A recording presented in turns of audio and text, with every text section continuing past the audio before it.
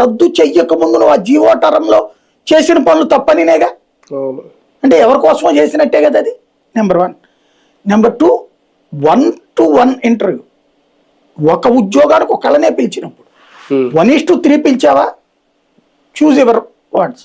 అందులో నీ తరపున ఎవరి మాదాలు నచ్చితే వాళ్ళని రిక్రూట్ చేసుకునే హక్కు నీకు వచ్చినట్టు.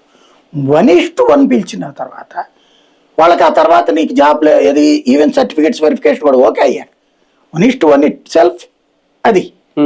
ఇప్పుడు జగన్ టైంలో ఇక ఇంటర్వ్యూలు రద్దు చేశాడు అతను. ఎందుకు? ఇంటర్వ్యూలో సెలెక్ట్ చేయడం అంటే మోసం జరుగుతుంది. ఇలానో పుడింగ్ ఇలా వాళ్ళకంటే ఇంటర్వ్యూలు చేసేవాళ్ళు. దాంతో ఎగ్జామ్స్ లో పాస్ అయ్యాక మళ్ళీ ఇంటర్వ్యూ ఏంటి అన్నాడు. రిక్రూట్మెంట్స్ నిరుద్యోగులకి ఆ ఇంటర్వ్యూల పేరుతో మోసాన్ని ఆపాడు. వీళ్ళు మళ్ళీ ఆ పాత పద్ధతి తీసుకొచ్చారు. పోనీ దాంట్లో 1-to-1 1+1 ఒక పోస్ట్కి ఒకళ్ళని అన్నప్పుడు అయిపోయింది కదా. ఇక అక్కడ నువ్వు చూడాల్సిందేంటి? వెరిఫికేషన్. లేదా అక్కడ ఇంటర్వ్యూ చేసావా? చేయలేదు. ఎవరిని? ఒకళ్ళని పిలిచి నీ సర్టిఫికెట్లన్నీ చెక్ చేసావు, ఓకే చెప్పేసావు. ఉద్యోగం వాళ్ళకి రావాలి కదా.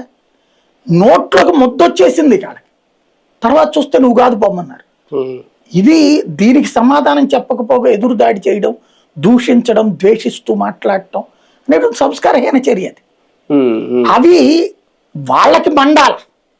వైసీపీ చేస్తే యాజిటేషన్ సక్సెస్ అవుతుందని నేను అనుకోను. ఇప్పటికే దాని మీద బురదేస్తూ కూర్చుంటారు వీళ్ళు ఎదురుగుండా.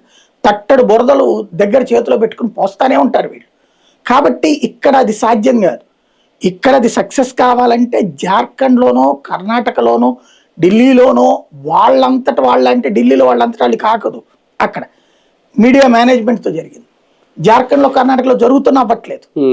ఇక్కడ ఇప్పుడు వీళ్ళకి ఎట్లా ఉందంటే మా తరపున నువ్వు యాజిటేషన్ చేయి, మేము స్టేట్మెంట్లు